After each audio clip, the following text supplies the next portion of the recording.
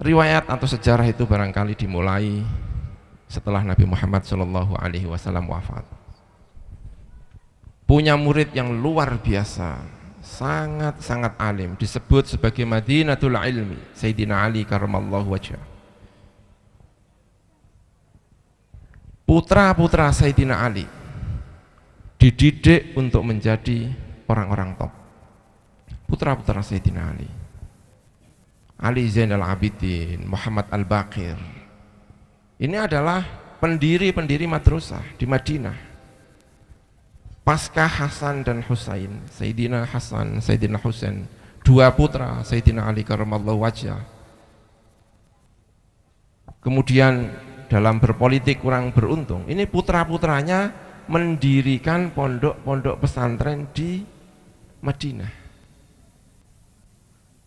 Ali Zainal Abidin, Al-Baqir, ini semuanya mendirikan, meneruskan tradisi pesantren, tepatnya berada di mana? Di Madinah.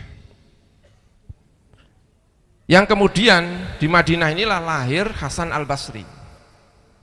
Lahir lari dari Madinah Umar bin Abdul Aziz. Maka kemudian kalau kita belajar sejarah, pembaharu pertama dalam tradisi agama Islam itu adalah Umar bin Abdul Aziz. Tapi itu bukan berarti menepikan Hasan Al-Basri. Ada Umar bin Abdul Aziz, ada Hasan Basri. Kalau bahasa Jawanya biasanya dirubah menjadi Hasan Besari. Kalau di sini nggak ada ya, Hasan Besari. Tradisi pesantren Jawa itu ada di Hasan Besari. Daerah dekat Gontor sana, di mana? Di Ponorogo. Barangkali yang dari pondok, yang hadir dari pondok sangat baik untuk merantau sesekali datang ke sana. Hasan Besari, Hasan Basri, gurunya pesantren-pesantren di Jawa, salah satu pusatnya adalah Hasan Besari, Hasan Basri. Itu pula yang melahirkan Ronggo Warsito. Kalau tahu Ronggo Warsito, Ronggo Warsito ya, apa namanya, Begawan Jawa, itu dulu mondoknya itu di Hasan Besari. Abdul Manan, ayahnya Mahfud At-Turmusi, juga mondoknya di Hasan Besari. Ihya Ulumuddin itu, barangkali yang dari pesantren ya, Ihya Ulumuddin itu disarai oleh, nanti saya ceritakan ya, disarai oleh Murtado Az-Zabidi. Murtado Az-Zabidi itu langsung punya murid namanya Abdul Manan, orang Termas. Orang mana?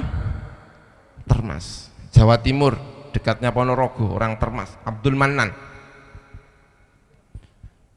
Abdul Manan punya anak namanya Mahfud At-Turmusi. Ya, baik. Kita punya silsilah yang jelas. Barangkali yang disebut itu ya orang yang nggak punya silsilah itu yang belajar karpar PDW, yang seenaknya sendiri. Seenaknya sendiri ya. Nah, kita punya silsilah yang jelas. Dari Umar bin Abdul Aziz, Hasan Basri, ada pesantren, maka generasi ini disebut sebagai mujaddid pertama dalam tradisi Ahlus Sunnah wal Jamaah. Kurun kedua guru kita, silsilah ilmu itu kemudian diturunkan kepada generasi Al-Imam Syafi'i. Kita semua bermadhabnya bermadhab siapa? Al-Imam Syafi'i. Kurun kedua, transfer ilmunya itu dari Madinah, madrasah yang didirikan oleh Imam Ali, muridnya menyebar ke Baghdad, lahir Al-Imam Syafi'i. Berarti salah-salahnya sampai Al-Imam Syafi'i. Maka kemudian kita mengenal fikih, kita belajar, kita sholat, ada kunutnya, itu dari siapa itu? Al-Imam Syafi'i. Kita taraweh 20 rakaat, itu juga dari Al-Imam Syafi'i. Jadi kalau ditanya kenapa kamu pakai kunut, sholat subuh pakai kunut, enggak usah tanya saya, tanya saja Imam Syafi'i sana kalau nggak percaya. Kenapa 20 rakaat? Tanya siapa? Imam Syafi'i. Imam Syafi'i guru kita. Kenapa harus wiridan? Nanti urusannya. Ya. Punya guru namanya Al-Imam Syafi'i. Kurun berikutnya kita juga punya ulama yang ketika kecil ditinggal wafat oleh orang tuanya. Ketika kecil ditinggal oleh orang tuanya. Dipondokkan seorang yang alim dan khusyuk. Jangan hanya alim tok, alim yang apa? Khusyuk. Soalnya alim tok itu kadang ngalimi wong, bodoni wong. Suka membodohin orang lain, suka menipu orang lain. Kita itu kalau suruh belajar itu ada Iqra bismi rabbik itu loh ya, atas nama Tuhan. Kalau membaca itu bismillah, makanya enggak sesat.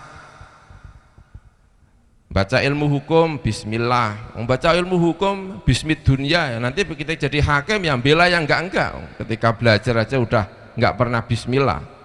Kita ini pakainya bismillah. Pakai kopiah bismillah. Kalau pakai kopiah aja enggak bismillah, kira-kira ya pura-pura jadi kiai, pura-pura jadi santri. Nah, enggak pernah bismillah.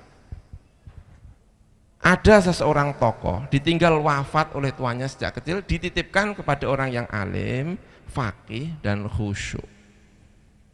Jangan hanya khusyuk tok tapi enggak ngalim, atau alim tok tapi enggak khusyuk. Ini alim dan khusyuk. Lalu orang ini melalang buana ketika umur 40 tahun membentengi Ahlus Sunnah wal Jamaah. Orang itu kenal namanya Abul Hasan Al-Asy'ari. Abul Hasan Al-Asy'ari di abad ketiga.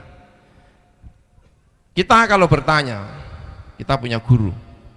Dalam tradisi Nahdlatul Ulama, syekhnya namanya Mbah Hasyim Asy'ari. Nahdlatul Wathon, Tuan Guru Zainuddin. Itu kalau ditanya fikihnya, cara ibadahnya itu anut siapa? Al-Imam Syafi'i. Kalau berakidah anut kepada siapa? Abul Hasan Al-Asy'ari. Yang satu di generasi kedua, yang satu generasi ketiga. Ini guru-gurunya guru kita, kurun ketiga. Maka jelas sekali guru kita ini. Ada Al-Imam Syafi'i, ada Al-Imam Abul Hasan Al-Asy'ari.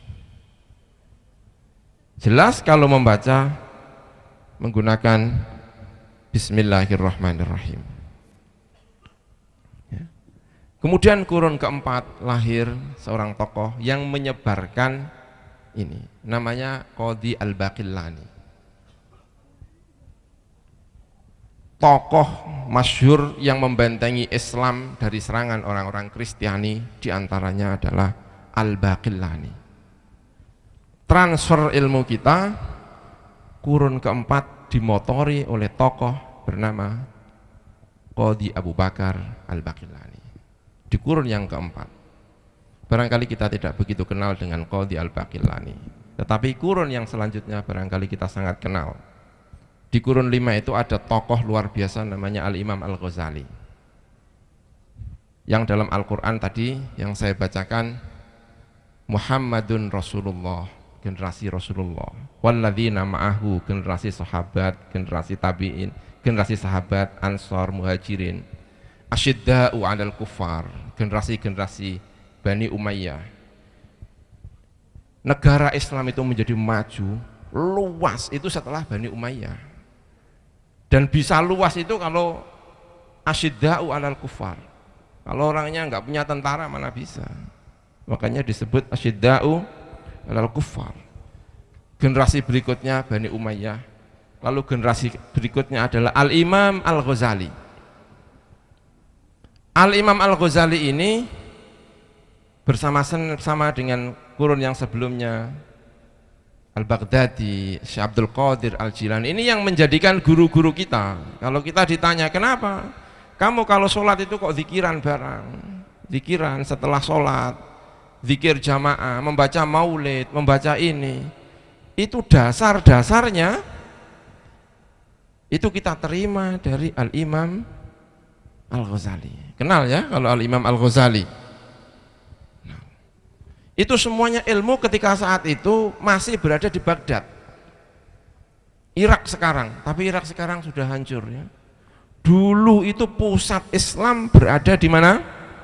Di Irak, tapi sekarang sudah mulai hancur. Salah satunya penyebabnya tentu saja adalah permusuhan yang ada di dalam, lalu diobok-obok kalau bahasa sekarang ya. Bukan hanya partai politik yang diobok-obok, negara juga diobok-obok ya. Cuman yang ini yang ngobok-ngobok orang Amerika, diobok-obok Irak, jadi kacau semua. Dulu itu melahirkan tokoh-tokoh top. Al-Imam Syafi'i lahir di sana, di Irak, topnya berada di sana. Abul Hasan Al-Asy'ari berada di Irak, Al-Ghazali juga berada di mana? Di Irak.